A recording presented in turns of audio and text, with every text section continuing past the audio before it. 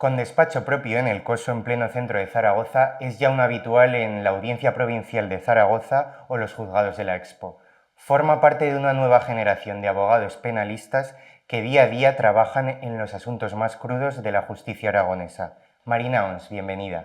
¿Qué te hizo ser abogada, estar aquí hoy?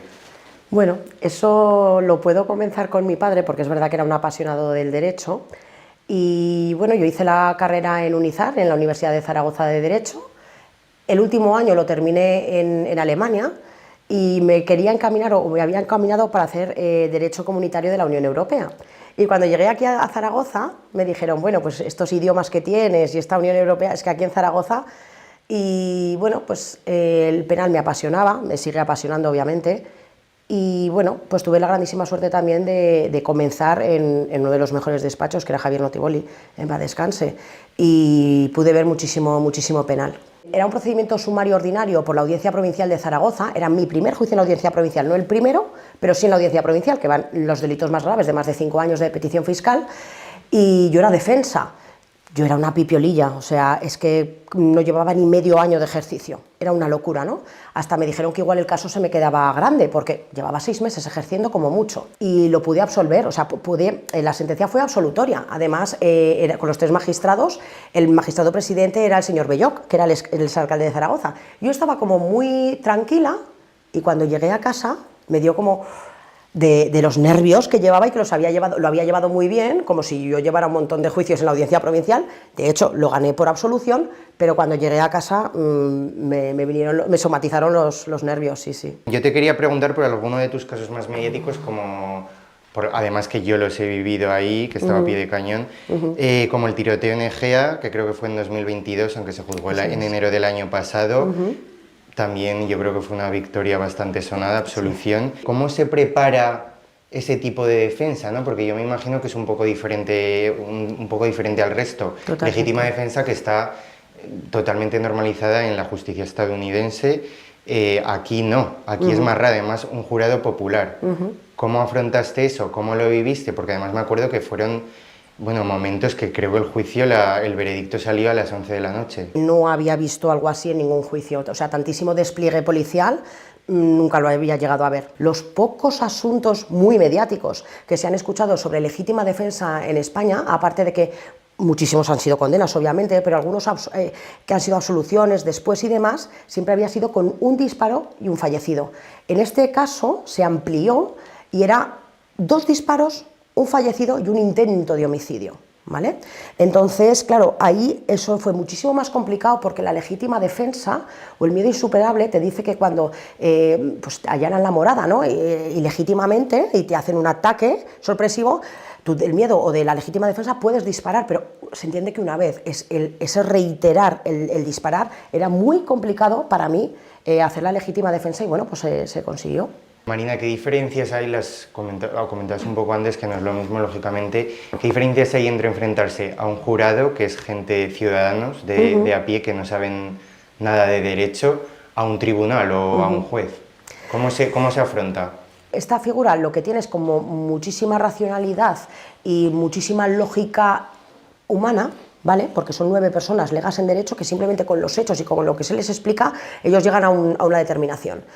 Pero claro, también podría darse una inseguridad jurídica porque realmente cada uno es profesional de lo suyo y sabe de lo suyo y le estamos delegando ese ejercicio de juez a 9 personas que no tienen ni idea de derecho.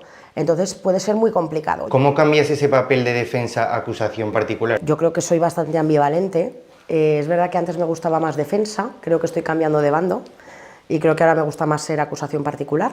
Igual defensa con una absolución es el máximo logro de un abogado, obviamente, pero acusación particular también hay que hacerlo muy bien, porque es el que acusa y el que tiene la carga de la prueba para enervar el principio de presunción de inocencia. Entonces el que acusa es el que tiene que hacer el trabajo bien de acusar, pero es que luego defensa le puede dar la vuelta.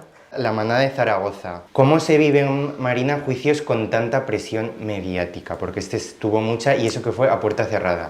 Mira, con este juicio es el único en toda mi carrera profesional con el que tuve un dilema, un gran dilema. De hecho, a las puertas del juicio renuncié, luego volví a coger la defensa. Claro, tiene algo de trasfondo de que ética y moralmente yo no lo repudiaba, pero jurídicamente, y más sobre todo para mi cliente, que tenemos que recordar que es el único al que se le hace distinción y le ponen menos pena en la condena, ¿no?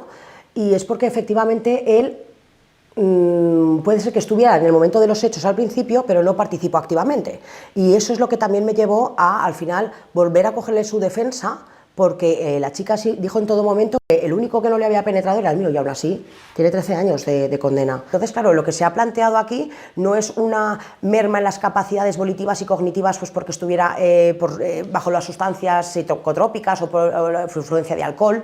No, en esta ocasión ha sido por un brote psicótico, que claro, estos chicos tampoco tenían por qué saber, no son psiquiatras ninguno de ellos, entonces, claro, que se les presuponga que tengan que saber que esta chica estaba en pleno brote psicótico cuando accedió voluntariamente, lo dijo en todo momento, entonces, claro, ha habido muchas cosas que no ha llegado a la prensa ni a las personas, entonces, claro, se nos ha igual lapidado un poco por haber defendido a la manada, y es que jurídicamente la condena es muy controvertida, muchísimo. Representas a la joven liberada en Garrapinillos tras ser secuestrada, bueno, presuntamente, pero a las pruebas me remito, secuestrada y torturada por miembros de su propia familia. También esto se puede achacar, sé que no es lo mismo, víctimas de agresión sexual. ¿Qué impacto tienen este tipo de traumas en las víctimas, ya sea la joven en Garrapinillos o una víctima de agresión sexual? Que tú has estado, a veces estás en defensa, pero también a veces estás en acusación. Sí, he llevado muchísimas acusaciones. ¿Qué trauma supone esto? Y más allá del ámbito legal, supongo yo que se desahogarán muchas veces contigo. Sí. Yo estaba con ella en su casa, porque me he desvivido también mucho por este asunto, porque es que es atroz. Y yo estaba en su casa y cuando se escuchaba el ascensor, solo el ascensor, ya no te digo un ruido en el rellano, ¿no?, de su planta, se acongojaba, súper asustada, cogía la mano de su madre, a ver, y se iba a mirar a la mirilla, o sea, de verdad, muchísimo miedo, y esto es una labor también de, bueno, pues de aceptación. Aquí hace también una labor grandísima los profesionales de la salud mental y psicólogos, y yo creo que también cuando pasan cosas tan así, o cuando algo se enquista, se judicializa de tal manera en familia o algo, deberían de ir a profesionales para que les liberen de toda esa tensión que llevan. Juzgado de Violencia sobre la Mujer número 4 ya está en proceso, creo que todavía no está en marcha, llega tarde, a favor, en contra, hace falta un quinto, ¿dónde hace falta más? ¿Que llega tarde? Bueno, mejor tarde que nunca, ¿no? Y desde luego ese cuarto hace falta porque estaban muy colapsados, y también ahora van a tener la guardia en violencia de género, que eso era necesario totalmente, porque si hacíamos un juicio rápido en fin de semana, trastocaba mucho, como no estaba el juzgado de guardia de violencia sobre la mujer abierto, tenías que pasar luego al lunes, los abogados teníamos que ir 3 veces al juzgado, es que era necesario. Muy bien, Marina, pues yo creo que tras repasar un poco esta trayectoria profesional, me gustaría terminar la entrevista con una serie de preguntas así un poco más personales.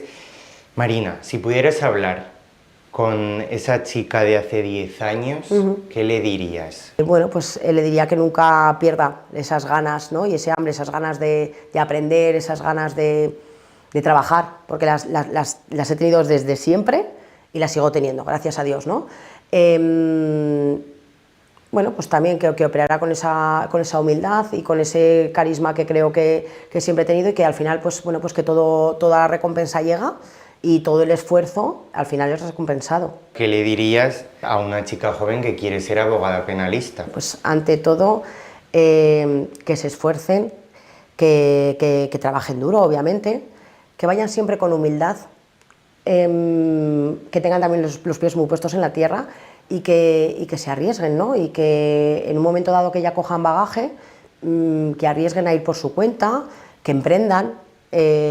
Ahora es verdad que la sociedad está un poquito más en esto del emprendimiento, y yo lo aconsejo totalmente, ¿no? Porque al final sales un poquito del sistema de la sociedad y bueno, pues trabajas para ti mismo, te pones tus propios límites, tus propias normas, ¿no? Y bueno, pues yo creo que eso está bastante bien. Además, en Zaragoza no tenemos la figura del gran despacho como puedan tener en Madrid y en Barcelona, ¿no? Y estamos más como la figura del autónomo que hace su propio despacho a su propio nombre y demás. Entonces, bueno, pues que construyan su marca personal, que si puedan emprender, que emprendan con calma, que al final todo llega, ¿no? Y bueno, pues que operen desde la humildad y que sobre todo el ser buena persona te abre muchísimas puertas.